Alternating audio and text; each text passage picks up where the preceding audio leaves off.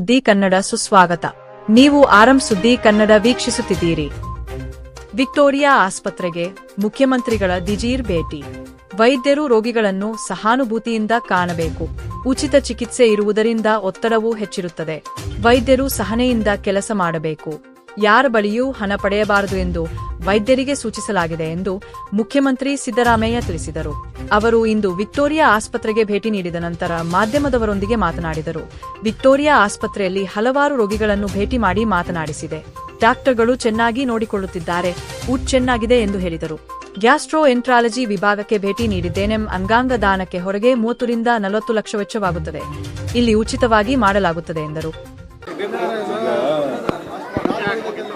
Patient ಕೆಲದಿದ್ದಾರಲ್ಲ, ಅವರು ಕ್ಯೂನಲ್ಲಿದ್ದರು, admission ಆಗಿದ್ರು. ಅವರೆಲ್ಲರಿಗೂ ಕೆಲವು